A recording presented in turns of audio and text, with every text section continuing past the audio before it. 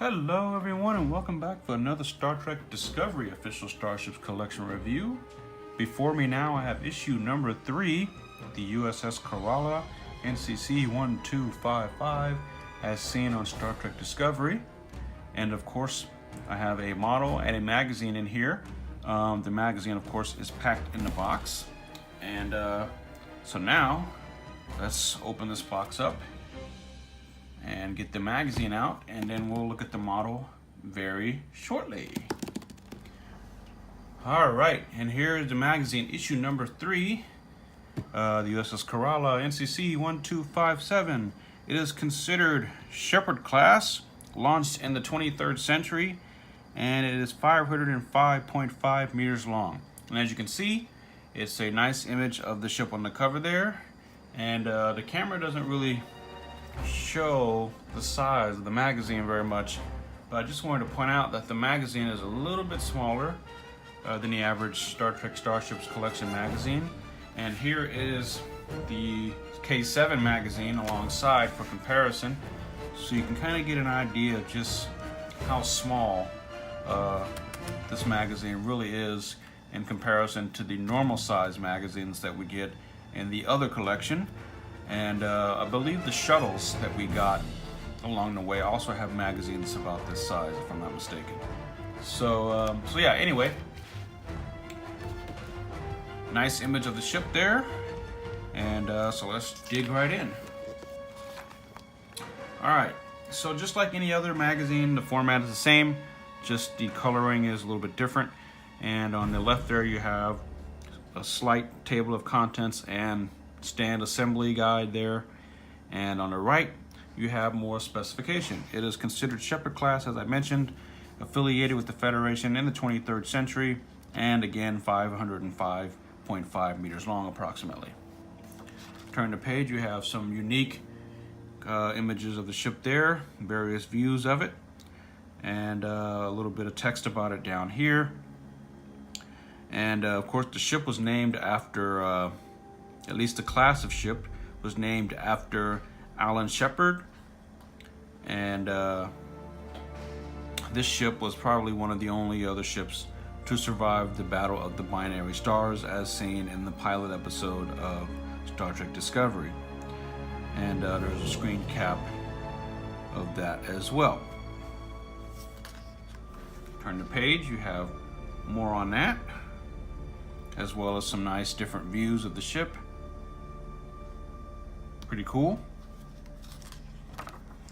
And finally we have the section on the designing of the Kerala, which essentially is a rejected design of the Shenzhou, I can never say that right. So this talks about that, and of course it was designed by John Eaves, who Star Trek fans should know has done many work from Star Trek over the years, and has designed like the Enterprise E and many other ships along the way. And more on his conceptual art and all of that, and more on that.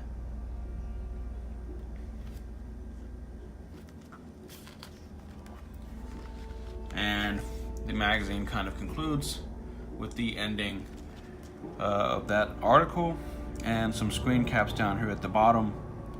And of course, next time around will be issue number 4, the Klingon Bird of Prey, as also seen on Discovery. So yeah, turn the page and the magazine kind of concludes with a image of the ship there. So not a bad magazine. Interestingly enough, I just want to point out that we were supposed to get this Klingon Bird of Prey or whatever it is as issue 3, and due to some production errors or whatever, as far as Eaglemoss is concerned, they ended up swapping the two. So issue 3 is now issue 4, and what was going to be issue 4, the Kerala, is now issue 3. And it was kind of like a longer pause between the Discovery and this. So, and from what I understand, these things will be appearing every month now, or which I guess is going to be cool. But if you were trying to budget and all that kind of stuff, it's gonna start slapping you around in the face for a while. And I think some free gifts and stuff will be offered along the way, like some poster, a couple of posters, I believe, a dedication plaque, a mirror version of the Shenzhou, and the tardigrade monster or whatever seen on the show.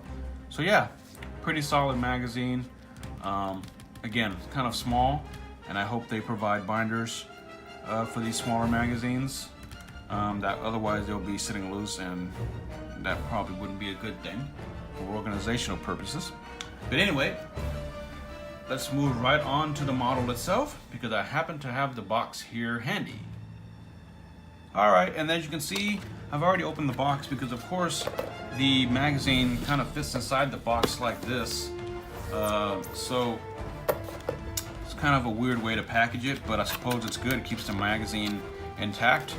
And so let's dive right in and see what the Corolla is all about. And there she is. Looks pretty cool in the box. Everything appears to be intact. No broken bones or anything like that. So let's get it right out. Got some weight to it. Get the stand out. And let's get this aside. All right, and my first impression is pretty cool. Hate to say it, I like this more than K7, the space station that I also got in the same time I got this. Pretty cool. It's definitely got some nice detail there. Look at that. I'm actually quite like this ship a lot. I just want to point out that this is basically like a rejected or the upside down USS Shenzhou, or upside right depending on your point of view. And here is the Shenzhou for comparison. So here's the Shenzhou, right? And if you were to flip this upside down, you would have the Shenzhou. Though the irony is that model-wise, the Corolla is bigger than the Shenzhou, but they're essentially the same. And my deflector dish appears to be intact and straight. So unlike a lot of my friends and colleagues who has theirs bent, broken, or out of whack, mine appears to be intact, which is definitely a good thing. Quite happy with that. And here is next to the Shenzhou, and it's basically like the design is identical. It's almost like he said, well, we'll just flip the ship upside down and we'll get that. And if you flip the Shenzhou upside down, you get almost the Corolla, I think. And you can see it's just strikingly how similar it is. Of course, the saucer section is a little bit different. And unlike the Shenzhou, the saucer section of the Corolla goes all the way around, completely round. And the rear is slightly different. But overall, the basic shape of the model and the ship is pretty much the same. The nacelles are also longer, I want to point out, on the model. And so yeah, it fits in your hand kind of like that. So it gives you an idea of just how big this thing is. The detail on here is pretty nice. You got some nice panel work there. The font is pretty spot on, kind of pops out at you. Got your phaser arrays there. NCC-1255. You got your Starfleet stripe and pendant on the nacelle there. Your Bussard collectors up there are pretty cool. They are not clear red or anything. It's just red paint put in there. And you have more Starfleet stripes there. And on the underside, that's where you really see the detail kind of pop out. You see the registry once again there, and on the other side, as well as more Starfleet pendants and stripes there. And as you can see, it just simply says United Federation of Planets, and on the other side it says the same thing. Pretty awesome model, I have to say. I have mixed feelings about the show, borderline disliking it. But I will say that some of the ships are pretty bang on, and I think that has a lot to do with John Eves being involved with it. I know there was a lot of discussion about, oh, there's no cylindrical nacelles and all that stuff, which I agree with. The original series, in the pre-original series era, Starfleet ships and Earth ships all had, for the most part, cylindrical nacelles. But until the introduction or reintroduction of the USS Enterprise, seen at the season finale of season 1 of Discovery, that was the first time that the cylindrical nacelles have made their reappearance. So who knows? This is a pretty bang up model, pretty awesome. I'm pretty happy with it. This is all metal, and this is plastic, of course. Oh no, this is metal too. The nacelles, of course, are plastic. And, you know, side by side with the Shenzhou, you know, it looks pretty good. And you can definitely see the difference in the color. Huge difference in the color.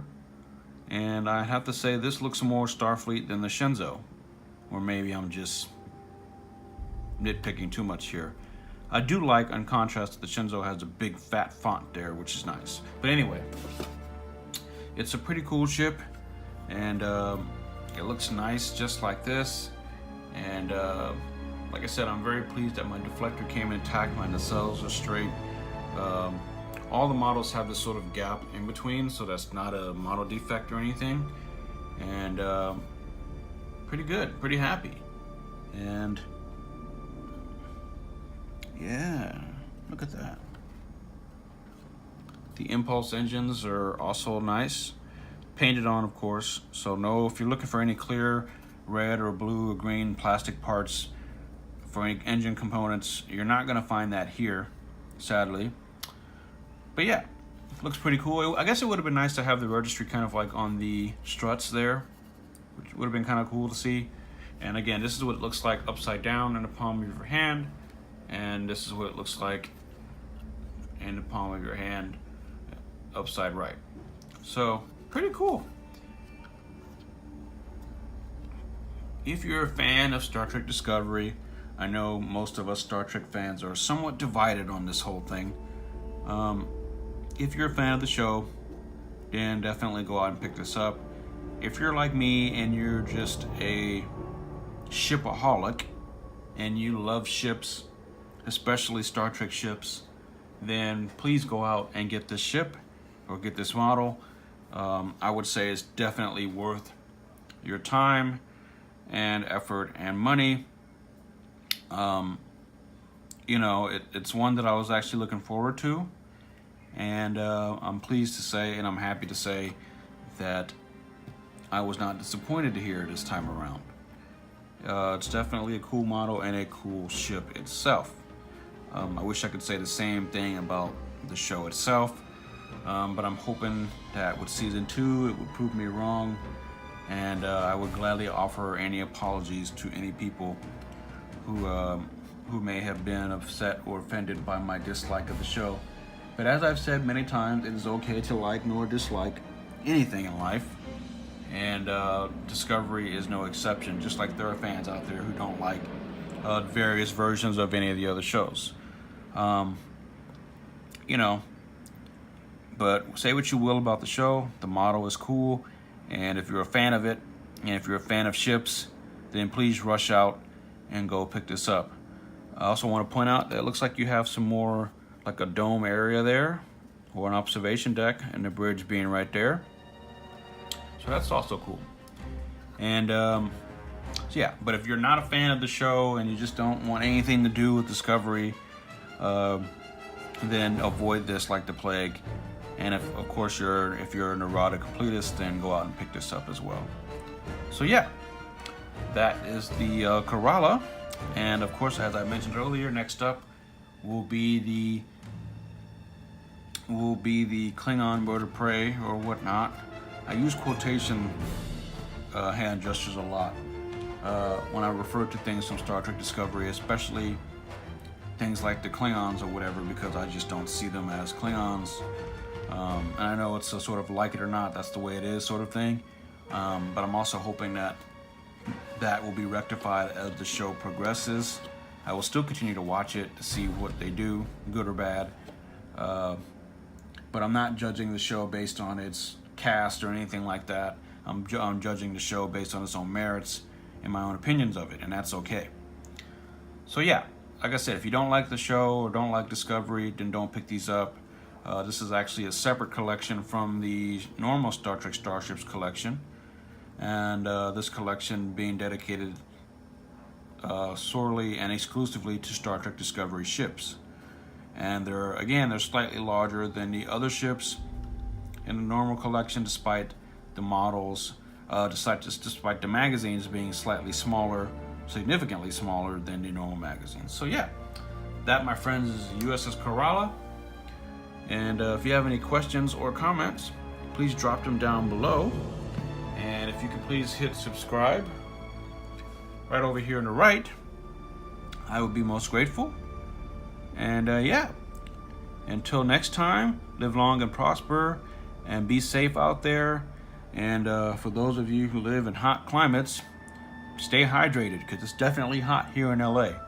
And now I'm going to shut up and show you what this thing looks like on the stand.